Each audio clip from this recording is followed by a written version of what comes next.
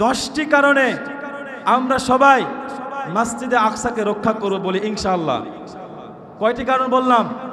10টি কারণে ইমানের দায়িত্ব আল্লাহর ঘর মসজিদে আকসাকে রক্ষা করা। 1 নম্বর কারণ, মসজিদে আকসা এবং তার চারপাশের ভূমিকে আল্লাহ তাআলা বরকতময় এবং পবিত্র ভূমি হিসেবে আখ্যায়িত করেছেন। সুবহানাল্লাহ, জোরে বলবেন না? আজকে একটু জোরে বলেন ভাই, জোরে বলেন সুবহানাল্লাহ। হ্যাঁ, আল্লাহ পাক সূরা ইসরা 1 নম্বর আয়াতে বলেন যে আমি আল্লাহ তাআলা মসজিদে আকসা এবং তার চারপাশের ভূমিকে বরকতময় করে দিয়েছি। এবং আল্লাহ তাআলা আরো বলেন যে এই মসজিদের চারপাশের ভূমিকে আমি পবিত্র ভূমি হিসেবে আখ্যায়িত করেছি। বলেন সুবহানাল্লাহ। আল্লাহ পাক রব্বুল আলামিন বলছেন ইয়া কওমি দুখুলুল আরদাল মুকদ্দাসা। তাফসীরে এসেছে পবিত্র ভূমি হচ্ছে মসজিদে আকসা এবং তার চারপাশের জায়গাটা। এর জন্য 1 নম্বর কারণ হচ্ছে আল্লাহ তাআলা মসজিদে আকসাকে বরকতময় এবং পবিত্র ভূমি হিসেবে কোরআনুল কারিমে অসংখ্য আয়াতে উল্লেখ করেছেন। এর জন্য সারা পৃথিবীর 200 কোটি মুসলমানের ইমানের দায়িত্ব আমরা মসজিদে আকসাকে রক্ষা করব বলি ইনশাআল্লাহ। 2 নম্বর, মুসলমানদের প্রথম কিবলা ছিল মসজিদে আকসা। আল্লাহর হাবিব সাল্লাল্লাহু আলাইহি ওয়াসাল্লাম মুসনাদ আহমদ শরীফ হাদিস নম্বর 2991, আল্লাহর হাবিব সাল্লাল্লাহু আলাইহি ওয়াসাল্লাম যখন মক্কা থেকে মদিনায় চলে গেলেন, মদিনায় যাওয়ার পরেও 16 মাস তিনি বাইতুল আকসা ফিলিস্তিনের বাইতুল মুকাদ্দাসের দিকে মুখ ঘুরিয়ে নামাজ আদায় করেছেন। কোন সুবহানাল্লাহ। এরপরে যখন আল্লাহ তাআলা আয়াত নাজিল করলো যে আপনি এখন মসজিদে হারামের দিকে মুখ ঘুরিয়ে নামাজ আদায় করুন, এরপরেই বিশ্বনবী সাল্লাল্লাহু আলাইহি সাল্লাম মসজিদে হারামের দিকে মুখ ফিরিয়ে নামাজ পড়েছেন। যতদিন পর্যন্ত কোরআনে আয়াত নাজিল হয় নাই ততদিন পর্যন্ত বাইতুল মুকাদ্দাস ওই ঘরের দিকে বিশ্বনবী সাল্লাল্লাহু আলাইহি ওয়াসাল্লাম, এমনকি যেদিন থেকে নামাজ ফরজ হয়েছে সেদিন থেকে আল্লাহর হাবিব সাল্লাল্লাহু আলাইহি ওয়াসাল্লাম এবং পৃথিবীর সকল মানুষ ওই দিকে ঘুরেই নামাজ আদায় করেছে। কোন সুবহানাল্লাহ। বুঝতে পেরেছেন দাম কতটুকু? এমনিতেই তারা এই এত বড় বড় অস্ত্র শস্ত্র হাজার মিলিয়ন টাকা খরচ করে বোমা মেরে তাদেরকে উৎখাত করে ওই জায়গাটা দখল করতে এমনি চায় না। সম্মানিত সুধী, 3 নম্বর, কিয়ামতের পূর্বে মসজিদে আকসার গুরুত্ব মানুষের হৃদয়ে হৃদয়ে বেড়ে যাবে। হাদিস শরীফের ভিতরে এসেছে মুস্তাদরাক হাকিম হাদিস নম্বর 8553, আল্লাহর হাবিব সাল্লাল্লাহু আলাইহি ওয়াসাল্লাম বলেছেন কিয়ামতের পূর্বে ওই ভূমির দাম এতটাই বেড়ে যাবে যে মানুষ ওই জায়গাটা শুধু এক নজর দেখবে। কি করবে? জোরে বলেন। এক নজর এভাবে দেখবে, একটু বসবে, 2 রাকাত নামাজ পড়বে। এই সুযোগটা মানুষ পাবে না। এতটাই গুরুত্ব, এতটাই দাম বেড়ে যাবে। পৃথিবীর সকল বস্তুর চেয়ে ওই জায়গাটার দাম মানুষের হৃদয়ে বাড়িয়ে দিবেন তিনি কে? হাজিরিন, বুঝতে পেরেছেন যে ফিলিস্তিনের ওই মসজিদে আকসা এবং তার চারপাশের যে ভূমি রয়েছে এটার আজিম কতখানি, এটার মর্যাদা কতখানি, কাফেররা কেন ওই জায়গাটা দখল করতে চায়? 4 নম্বর কারণ, এটা নবীজির ইসরা এবং মেরাজের কেন্দ্র ছিল। সূরা ইসরা আয়াত নম্বর 1, সুবহানাল্লাযী আসরা বিআবদিহি লাইলাম মিনাল মাসজিদিল হারাম। আল্লাহর হাবিব সাল্লাল্লাহু আলাইহি ওয়াসাল্লাম এই মসজিদ থেকে আল্লাহ তাআলার সাথে সাক্ষাতের জন্য মেরাজে গিয়েছিলেন। কোন সুবহানাল্লাহ। শুধু তাই নয়, যে সকল নবী রাসূল মারা গিয়েছিলেন পূর্বে, আল্লাহর হাবিব সাল্লাল্লাহু আলাইহি ওয়াসাল্লাম ওই দিন সবাইকে নিয়ে, সকল নবী এবং রাসূলকে নিয়ে বিশ্বনবী সাল্লাল্লাহু আলাইহি সাল্লাম ইমামতির দায়িত্ব পালন করেছিলেন এবং সমস্ত নবী রাসূল তার পিছনে ইক্তেদা করে নামাজ আদায় করেছিলেন। কোন সুবহানাল্লাহ। সম্মানিত হাজিরিন, 5 নম্বর কারণ, যেই কারণে মসজিদে আকসার দাম এতটা এবং যেই কারণে মসজিদে আকসার চারপাশের দাম এতখানি। 4 নম্বর কারণ হচ্ছে মসজিদে আকসাতে যত নবী রাসূল ইমামতি করেছেন অন্য কোন মসজিদে এত নবী এবং রাসূল ইমামতি করেন নাই। আপনাদের মসজিদে কয়টা নবী আসছিল? আসছিল কি? আর জোরে বলেন, আসছিল? কিন্তু ওই জায়গায় আল্লাহ তাআলা অগণিত নবী এবং রাসূলকে পাঠাইছে। আল্লাহ পাক রব্বুল আলামিন বলছেন সূরা সাবা আয়াত নম্বর 18, সিরু ফিহা লায়ালিয়া ওয়া আইয়ামান আমিনিন। আল্লাহ তাআলা ওখানে অগণিত নবী এবং রাসূলকে পাঠাইছেন এবং বলেছেন তোমাদের জন্য এই নগরী নিরাপদ করে দিছি, তোমরা নিরাপদে এখানে ঘোরাফেরা করো। কোন সুবহানাল্লাহ। অনেক নবী রাসূল এই জায়গায় অর্থাৎ ইমামতের মুসাল্লায় দাঁড়ায় নামাজ পড়াইছে। আল্লাহ পাক রব্বুল আলামিন ইব্রাহিম আলাইহিস সালামকে ওখানে পাঠাইছে, জাকারিয়া আলাইহিস সালামকে পাঠাইছে, ইয়াহইয়া আলাইহিস সালামকে পাঠাইছে, ঈসা আলাইহিস সালামকে পাঠাইছে, দাউদ আলাইহিস সালামকে পাঠাইছে, সুলাইমান আলাইহিস সালামকে পাঠাইছে, এমনকি ঈসা আলাইহিস সালামের মা মারিয়াম আলাইহিস সালামকে ওই ফিলিস্তিনে পাঠাইছে। কোন সুবহানাল্লাহ। দেখতেছেন তার আজিম কতখানি। আমাদের সকলের উচিত, পৃথিবীর 200 কোটি মুসলমানের উচিত সেই ঘর, সেই পবিত্র জমিনটাকে রক্ষা করা। অথচ আজ আমরা হাত গুটিয়ে বসে আছি। আকাশ থেকে যখন বোমা ফেলতেছে তখন ছোট ছোট বাচ্চারা বলছে ইয়া আইনাল আরব, আইনাল আরব। আজ আরবরা কোথায় আছে? আজ আরবরা কোথায় আছে?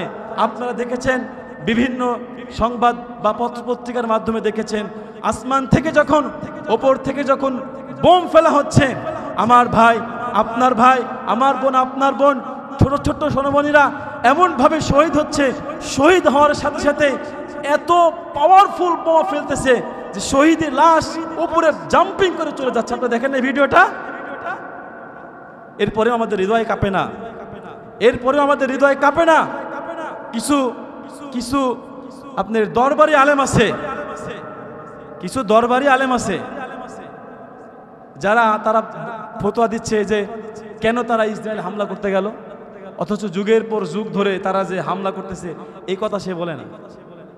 সম্মানিত সুধী, 6 নম্বর যে কারণটার কারণে আল্লাহর ঘরের দাম এতটা বেড়ে গিয়েছে সেটা হচ্ছে আল্লাহর হাবিব সাল্লাল্লাহু আলাইহি ওয়াসাল্লামকে প্রশ্ন করা হয়েছিল, ইয়া হাবিব আল্লাহ, পৃথিবীর সর্বপ্রথম মসজিদ কোনটি?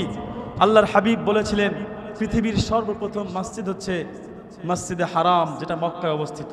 কোরআনেও আছে ইন্না আউওয়ালা বাইতিন বুদিয়া আলিন নাসি ওয়াল্লাযী বিবাক্কা। এরপরে আল্লাহর হাবিব সাল্লাল্লাহু আলাইহি ওয়াসাল্লামকে প্রশ্ন করা হলো দ্বিতীয়তম মসজিদ কোনটা ছিল? আল্লাহর হাবিব সাল্লাল্লাহু আলাইহি ওয়াসাল্লাম বললেন ফিলিস্তিনে অবস্থিত বাইতুল মুকাদ্দাস, জেরুজালেমে যেটা অবস্থিত, যেটা কাফেররা ধ্বংস করে দিচ্ছে, এটা হচ্ছে পৃথিবীর দ্বিতীয়তম মসজিদ। কোন সুবহানাল্লাহ।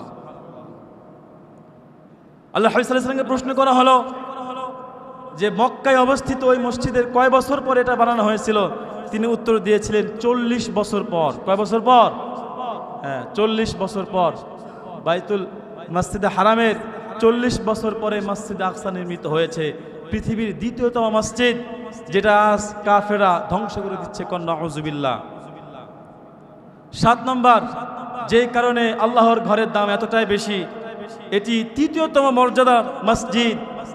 বুখারী শরীফের হাদিস, হাদিস নম্বর 1898। আল্লাহর হাবিব সাল্লাল্লাহু আলাইহি ওয়াসাল্লাম বলেছেন যে এই ঘরে যদি কোনো ব্যক্তি 1 রাকাত নামাজ আদায় করে 250 রাকাত নামাজ পড়ার সওয়াব মিলবে। কয় রাকাত? 250 রাকাত। কোন কোন হাদিসে এসেছে 500 রাকাত। তো 500 রাকাতের চেয়ে 250 রাকাতের হাদিসটা হাসান বা সহিহ। 8 নম্বর কারণ, এই মসজিদে কখনোই মসজিদের ভিতরে দাজ্জাল প্রবেশ করতে পারবে না। সুবহানাল্লাহ পড়বেন না?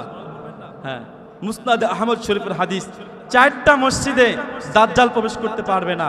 1 নম্বর মসজিদে হারাম, এখানে দাজ্জাল প্রবেশ করতে পারবে না, এই মসজিদের ভিতরে দাজ্জাল আসতে পারবে না। 2 নম্বর মসজিদে নববী, নবীজির মসজিদ, এই মসজিদেও দাজ্জাল প্রবেশ করতে পারবে না। 3 নম্বর হচ্ছে মসজিদে আকসা, এখানেও দাজ্জাল আসতে পারবে না, দাজ্জাল প্রবেশ করতে পারবে না। 4 নম্বর হচ্ছে মসজিদে তুর, তুর পাহাড় কেন্দ্রিক যে মসজিদটি, এই মসজিদেও দাজ্জাল প্রবেশ করতে পারবে না। তাহলে মসজিদে আকসার আজিম কতখানি আমরা একটু একটু টের পাচ্ছি। আল্লাহ আমাদেরকে আরো বোঝার তৌফিক দাও, পড়ি আমিন। 9 নম্বর, এই জায়গায় অর্থাৎ মসজিদে হারামের চারপাশে যে জায়গা আছে, এখানে ইয়াজুজ এবং মাজুজকে ধ্বংস করা হবে। পৃথিবীতে, সারা পৃথিবীতে ইয়াজুজ এবং মাজুজ ত্রাস সৃষ্টি করবে। ত্রাস সৃষ্টি করার পরে যখন এই ফিলিস্তিনে আসবে, আল্লাহর হাবিব সাল্লাল্লাহু আলাইহি ওয়াসাল্লাম সহিহ মুসলিমে বলেন, যখন ইয়াজুজ এবং মাজুজ সারা পৃথিবীতে ত্রাস সৃষ্টি করে এই জায়গায় আসবে, আসার পরে ঈসা আলাইহিস সালাম আল্লাহ পাক তার কাছে দোয়া করবে, হে আল্লাহ, এই ইয়াজুজ এবং মাজুজ সারা পৃথিবীতে ত্রাস সৃষ্টি করতেছে, হে আল্লাহ আপনি তাদেরকে ধ্বংস করে দেন। যখন ইয়াজুজ এবং মাজুজের ব্যাপারে আল্লাহ তাআলার কাছে দোয়া করবে, আল্লাহ পাক রব্বুল আলামিন তাদের ঘাড়ে এক প্রকার রোগ দেবে, যেটার কারণে তাদের ঘাড় থেকে নিয়ে সমস্ত শরীর পচন ধরবে। পচন ধরার পরে সাধারণ মানুষ স্বাভাবিক যে মৃত্যুবরণ করে, সাধারণ মানুষ যেভাবে মৃত্যুবরণ করে, ইয়াজুজ এবং মাজুজ ফিলিস্তিনের সেই পবিত্র ভূমিতে ইন্তেকাল করবেন। কোন সুবহানাল্লাহ। আমরা আস্তে আস্তে বুঝতে পারতেছি যে ওই জায়গাটার দাম কতখানি। 10 নম্বর, সুলাইমান আলাইহিস সালাম আল্লাহ তাআলার কাছে 3টি দোয়া করেছিলেন। কয়টা? 3টা দোয়া করেছিলেন। এটা বলে শেষ করে দেব। 3টা দোয়া করেছিলেন। 1 নম্বর দোয়া করেছিলেন, আল্লাহ তুমি আমাকে এমন ক্ষমতা দাও, এমন বিচার সম্পাদন করার তৌফিক দাও, তোমার বিচারের ভিতরে যেমন কোনো মানুষ ভুল ধরতে পারে না, আমার বিচারের ভিতরে যেন কোনো মানুষ ভুল না ধরতে পারে, এরকম নিখুঁত বিচার করার তৌফিক তুমি আমাকে দাও। আল্লাহ বলেন, যা তোরে দিয়ে দিলাম। সুলাইমান আলাইহিস সালামের বিচারের ভিতরে কেউ ভুল ধরতে পারে নাই। 2 নম্বর, সুলাইমান আলাইহিস সালাম আল্লাহ পাক রব্বুল আলামিনকে বললেন, হে আল্লাহ, তুমি আমাকে এমন রাজত্ব দান করো যে রাজত্ব পৃথিবীর কোনো মানুষকে দেওয়া হবে না। আল্লাহ পাক রব্বুল আলামিন বলেন, যা তোরে দিয়ে দিলাম। মানুষের বাচ্চা বানাইছি, কিন্তু সকল প্রাণীর কথা বলার শক্তি তোরে দান করেছি। কোন সুবহানাল্লাহ। পিপিলিকার কথা বুঝতেন, গর্তের পিপিলিকা যে কি বলে কি চাই, হেডার ভাষাও সুলাইমান আলাইহিস সালাম বুঝতে পারতেন। 3 নম্বর, আল্লাহ তাআলার কাছে দোয়া করেন, আল্লাহ কোন ব্যক্তি যদি ইন্ডিয়া থেকে, নাম ধরে বলতেছি, কোন ব্যক্তি যদি ইন্ডিয়া থেকে, বাংলাদেশ থেকে, পৃথিবীর যে প্রান্ত থেকে হোক না কেন, সফর করে যদি তোমার এই ঘরে এসে 2 রাকাত নামাজ পড়ে, ছোট্ট মাসুম বান্দা পেট থেকে বের হলে যেমন নিষ্পাপ মাসুম হয়ে বাড়ায়, আল্লাহ ওই ব্যক্তিকে নিষ্পাপ মাসুম করে তুমি তার জন্মভূমিতে পাঠায় দাও। কোন সুবহানাল্লাহ। আমরা বুঝতে পারতেছি সম্মানিত সুধী, যে কোন কোন কারণে আল্লাহ পাক রব্বুল আলামিন এই ফিলিস্তিনের মসজিদে আকসার দাম বাড়ায় দিয়েছে। এর জন্য আসুন আমরা প্রত্যেকেই নিজ নিজ জায়গা থেকে প্রতিবাদ করি। ফেসবুকে, ইন্টারনেটে, বিভিন্ন গণমাধ্যমের মাধ্যমে আমরা যেইভাবে পারি না কেন আমরা ফিলিস্তিনের পাশে দাঁড়াবো। পারা যাবে তো ইনশাআল্লাহ? আমরা কি হিসাব দেব বলেন? এই যে কোটি কোটি টাকার সম্পদ, মাস যাচ্ছি, বেতন পাচ্ছি, খাচ্ছি, ঘুমাচ্ছি, আল্লাহ পাক রব্বুল আলামিন যদি আমাকে বলে 2টি বছর গিয়েছিল, রমজান গিয়েছিল, এই 2টি বছরের ভিতরে কি আমার সেই ফিলিস্তিনি বান্দাদেরকে এক মুঠো খাবার তোমরা দিয়েছিলে? একটু পানি কি তাদের মাঝে পৌঁছাইছিলা? 100 টাকা কি ত্রাণ দিয়েছিলা? সেদিন কাল কিয়ামতের ময়দানে আমরা আল্লাহর কাছে কি হিসাব দেব বলেন?